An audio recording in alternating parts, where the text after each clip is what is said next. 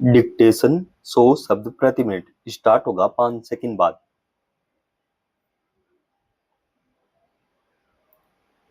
Start. केंद्र और राज्य सरकारों के दावों के बावजूद देश में भगदड़ की घटनाओं का सिलसिला थम नहीं रहा है।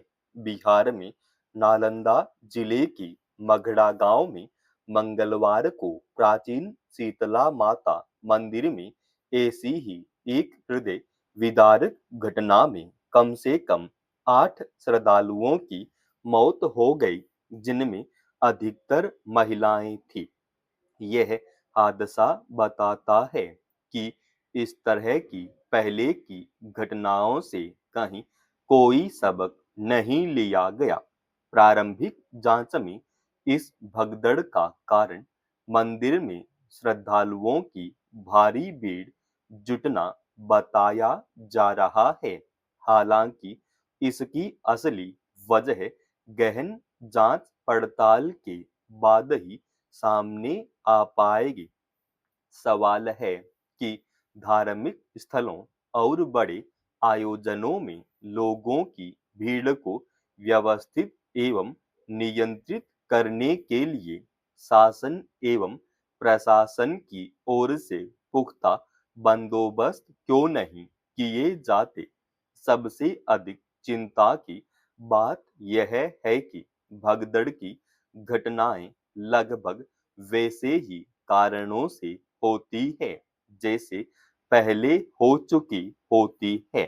हर बार जांच, कठोर कार्रवाई करने, सबक सीखने की बातें की जाती हैं, लेकिन नतीजा ढाक के 3 पात वाला ही रहता है। गौरतलब है कि पिछले कुछ माह में भगदड़ की गई बड़ी घटनाएं हो चुकी हैं। कुंभ में भगदड़ मचने से अनेक लोग मारे गए थे। इसके बाद बेंगलुरु में आरसीबी की जीत के जश्न में आयोजित समारोह में भगदड़ से कई लोगों की मौत हो गई। इसके अलावा पुरी में भगदड़ ने कई लोगों की जान ले ली थी।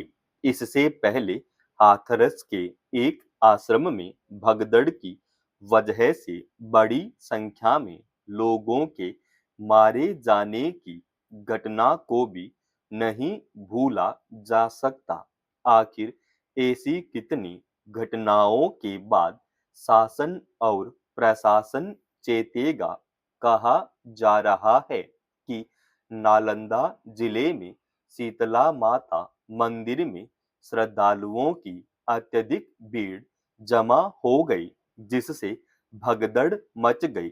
सवाल है कि स्थानीय प्रशासन धार्मिक स्थलों पर लोगों की संभावित भीड़ का अनुमान लगाने में इतना अक्षम क्यों है। क्या इसका कारण उसकी संवेदनहीनता है या फिर संबंधित अधिकारी इस बात से निश्चिंत होते हैं कि कोई भी घटना हो जाए उनका कुछ नहीं बिगड़ने वाला।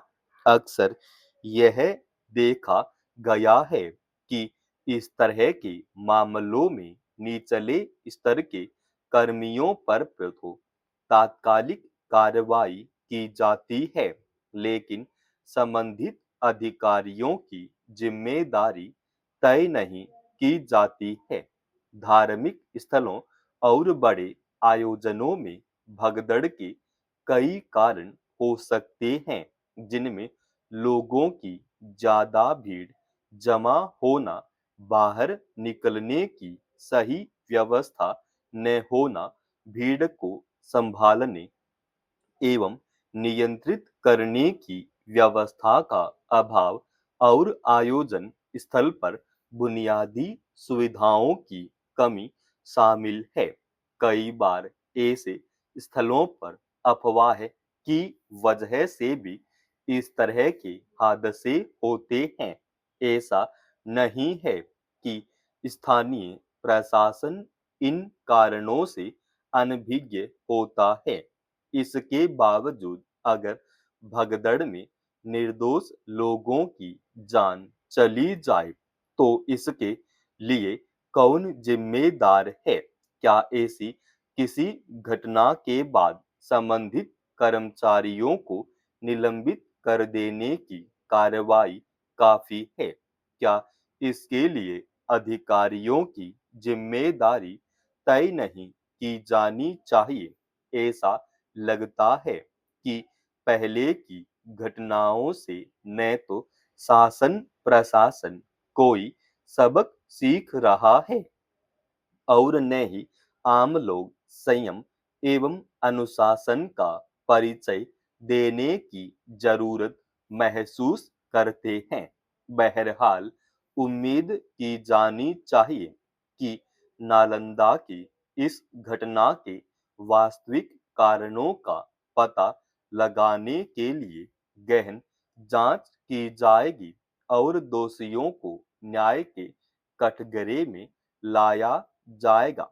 उत्तर प्रदेश के वाराणसी में हाल में मोबाइल चोरी के संदेह में एक किशोर की लाठी डंडे से पीटकर हत्या कर देने की घटना राज्य की कानून व्यवस्था पर गंभीर सवाल खड़े करती है।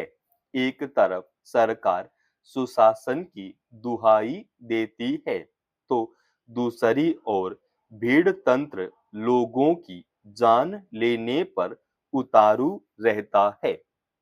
समाज में शक के आधार पर किसी की हत्या कर देने की प्रवृत्ति जिस तरह बढ़ रही है वह गंभीर चिंता का विषय है। ऐसी घटनाएं बताती हैं कि लोग अपना विवेक, धैर्य और संवेदना खो रहे हैं।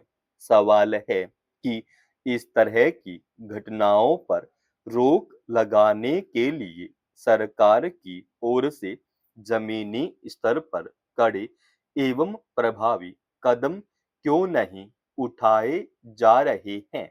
अगर किसी व्यक्ति पर अपराध में संलिप्त होने का संदेह हो तो उसके खिलाफ कानूनी कार्रवाई होनी चाहिए। अराजक तरीके से किसी व्यक्ति की इस कदर पिटाई करना कि उसकी जान चली जाए, इसका अधिकार भीड़ को किसने दिया है? वाराणसी में हुई घटना बताती है कि जिन लोगों ने किशोर की जान ली उनमें कानून का कोई खौफ नहीं था। क्या इसी को सुशासन कहा जाएगा?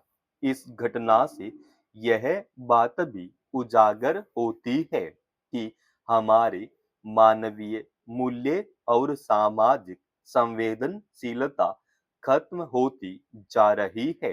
अगर किसी किशोर को सरेआम निर्ममता से पीटा जा रहा था तो क्यों नहीं आसपास के लोगों ने उसे बचाने की कोशिश की? कहा जा रहा है कि इस घटना में आरोपी किशोर को घर से बुलाकर ले गए और फिर सड़क पर उसकी बुरी तरह पिटाई की। स्पष्ट है कि उस दौरान आसपास कई लोग मौजूद रहे होंगे, लेकिन सभी तमाशबीन बने रहे। सवाल है कि राज्य में कानून व्यवस्था बनाए रखने की जिम्मेदारी आखिर किसकी है? लोगों की सुरक्षा का जिम्मा संभालने वाली पुलिस पर जब तक इस तरह के मामलों पर अंकुश लगाने के लिए जिम्मेदार एवं संवेदनशील तरीके से कार्रवाई नहीं करेगी और संबंधित अधिकारियों की जवाबदेही तय नहीं की जाएगी, तब तक कानून व्यवस्था में सुधार की उम्मीद भी धुंधली ही रहेगी। समाप्त। दोस्तों, रोजाना ऐसे ही एडवांस डिक्टेशन के लिए चैनल को आप अभी सब्सक्राइब कीजिएगा। और आज के इस डिक्टेशन का पीडीएफ फाइल हमने हमारे Telegram channel study with HP Swami पे डाल दिया है, जिसका लिंक इसी वीडियो के डिस्क्रिप्शन में डाल रखा है।